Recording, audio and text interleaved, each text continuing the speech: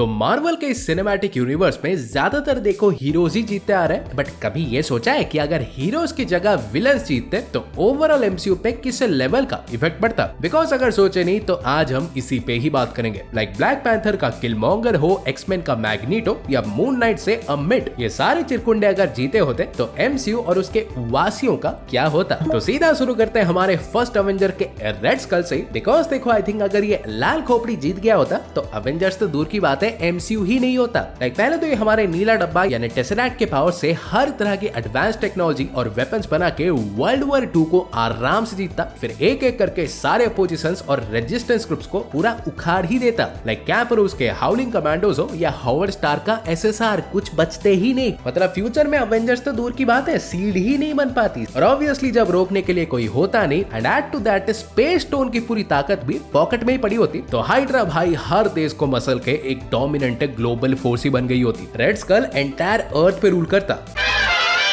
But वो तो देखो चाहे कुछ हुआ नहीं, बट दूर एक सातों समंदर पार अलग टाइमलाइन में ठीक 55 इयर्स बाद अगर एक्समैन में हमारे मैग्नीटो सक्सीड हो गए होते अपने मशीन से सारे वर्ल्ड लीडर्स को म्यूटेंट्स बनाने में, तो इससे भाई साहब उसका गोल पूरा होता कि नहीं ये तो मुझे नहीं पता, बट जैसे उसके मशीन के साइड इफेक्ट्स थे सारे के सारे वर्ल्ड लीडर्स वहीं पे ही निकल लेते सबके आगे, जिससे पूरी दुनिया ऑब्वियसली म्यूटेंट्स के खिलाफ हो जाती। इन्हें तो बहाना चाहिए। एंड मे भी जो सेंटिनल प्रोग्राम हमारा 1973 में बंद हो गया था वो भाई फिर से चालू भी हो जाता। मतलब days of future past film आती ही नहीं, और वो नहीं आती तो एक और टाइमलाइन बनता नहीं, और बनता नहीं तो जुलाई में तुम डेडपूल एंड वुल्वरीन देखने नहीं गए होते।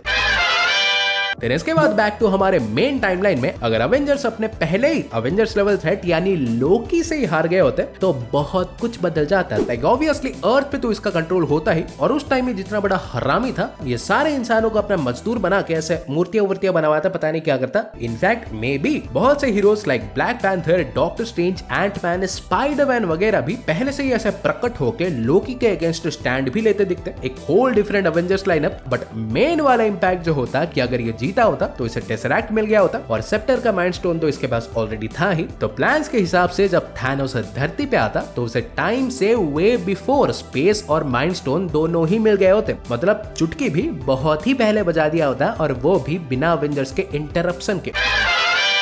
देन फिर एज ऑफ अल्ट्रॉन में अल्ट्रॉन जीत जाता तो क्या होता ये तो हम ऑलरेडी देख ही चुके हैं। इसने विजन की बॉडी ली थैंक्स टू थैनोस की होम डिलीवरी, इसे खड़े खड़े इन्फिनिटी स्टोन्स में मिल गए, और उसके बाद भाई इसने धरती क्या यूनिवर्स क्या पूरे के पूरे मल्टीवर्स की ही लगाने वाला था, but guardians of the multiverse ने टांग अड़ा दी। बट अगर इसने देखो उन्हें भी हरा दिया होता तो पहले तो भाई उसके बाद ये सीधा ऐसे वॉचर बाबा के आने वाले घर में जाके हर एक यूनिवर्स के बारे में पता लगाता, फिर धीरे धीरे करके एंटायर मल्टीवर्स से हर तरह की लाइफ मिटा ही देता। बिकॉज बंदे का भाई एक ही गोल था, वो था पीस, और उसे अचीव करने का उसे एक ही रास्ता आता था, exterminate all and every kind of life. कोई बचेगा ही नहीं तो पीस ही पीस होगा, सो जाओ।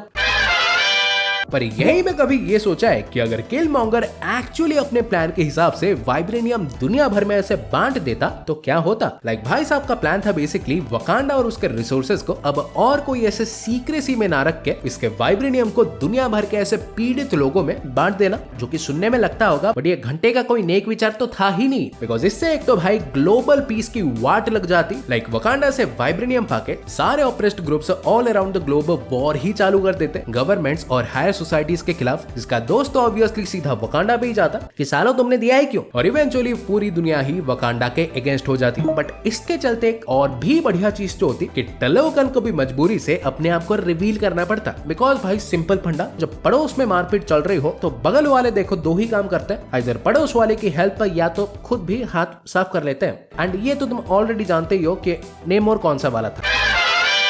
पर यहीं पे सर फिर अगर हमारे क्ली के मामू डोरमामू डॉक्टर स्ट्रेंज को हरा के जीत गए होते तो एमसीयू भाई खत्म तो नहीं बल्कि इसकी काउंटडाउन चालू हो जाती। लाइक अगर डोरमामू हमारे रियलिटी में आके अर्थ को भाई अपने डार्क डिमेंशन में लपेट लिया होता तो अर्थ की तो देखो लगती हमेशा लगती है। बिकॉज अवेंजर्स से लेके एक्सपोर्ट्स हो रिवेंजर्स हो इसका कोई घंटा कुछ उखाड़ ही नहीं पाते। ये एक लिटरल एक गॉड है। ये तो चलो स्ट्रेंज ने इसका काट के भेज दिया था, वरना ये भाई रेम्स को चबा जाता है। सो अर्थ को लपेटने के बाद ये एक एक करके सारे 8 रेम्स को ही कंज्यूम कर जाता, वो भी इन्फिनिटी स्टोन से सहित। मतलब हर एक रेल्म के साथ ये और भी पावरफुल बनता जाता, और एंड में भाई पूरा का पूरा एमसीयू ही इसके डार्क डायमेंशन में पड़ा होता। लेकिन यहीं पे अगर थॉर रैग्नारॉक में सर्टर को उड़ा के हेला सर्वाइव कर गई होती तो यूनिवर्स में तो भाई भयंकर मारपीट होती ही, बट हमें भी टॉप क्लास लेवल का मनोरंजन मिलता। बिकॉज याद करोगे तो इसी दौरान थनिंदर साहब भी स्पेस स्टोन लेने एस्गार्ड की तरफ जा रहे थे, तो डेफिनेटली हेला और इसका सामना होता, और उस टाइम थानोस के पास पावर स्टोन भी था, तो मे भी एक एपिक फाइट भी दिख जाती। बट एंड में देखो वो नहीं जीतता, ना हेला ही थानोस का भरता बना के अपने भेड़िए को खिला देती कच्चा। बिकॉज भूलो मत कि बहन जब हमारी एस्गार्ड या उसके आसपास भी होती है तो उसके पावर्स भाई डबल क्या ट्रिपल ही हो जाता है। सो थानोस को टपकाने के बाद ये एक एक करके ऐसे सारे रैम्स को कॉन्कर करती। मे बी ऐसे अवेंजर्स और डॉक्टर स्ट्रेंज, वांडा सारे मिलकर इसे एक टफ फाइट देते, बट एंड में प्रोबेबली वही ही हारते।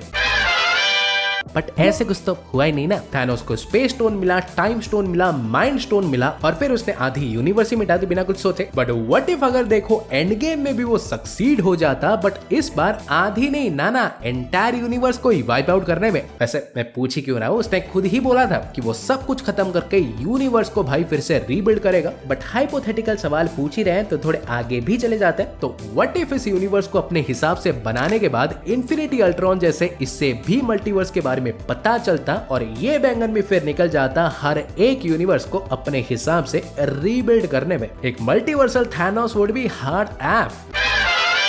पर एंड गेम से हटके अब हमारे मून नाइट पे है, क्योंकि यहाँ की अमिट देखो अगर जीत जाती तो I am actually not sure कि धरती क्या ही बन जाती। लाइक मार्क और खोंसू का टिकट काटने के बाद ये धरती के भाई हर एक इंसान को जज करती, और अगर देखो किसी के मन में भी कुछ भी ऐसे थोड़ा भी ऐसे बुरा उसे मिल जाता तो ये उसे भाई स्ट्रेट कट मार देती। और ह्यूमन नेचर को गौर करें तो ऐसे बिलियन से साफ हो जाते। बट हाँ ये जरूर है कि धरती से बुराई भाई कंप्लीटली मिट जाती, सारे हाथ में फूल लेके घूमते, और मारपीट तो भाई दूर की बात है, कोई भी एक दूसरे को गाली तक नहीं देता। मतलब ओवरऑल एक ऐसी लाइफ जो कि कंप्लीटली लाइफलेस होती।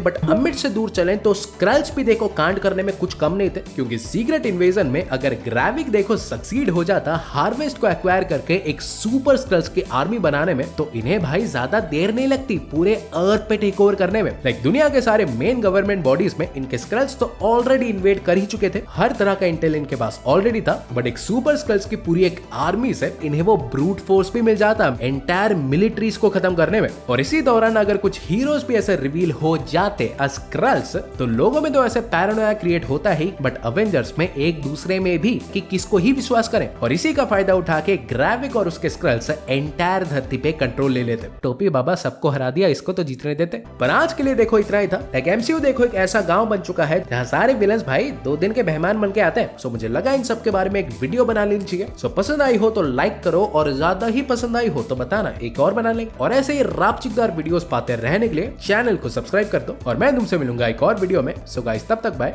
और टेक केयर।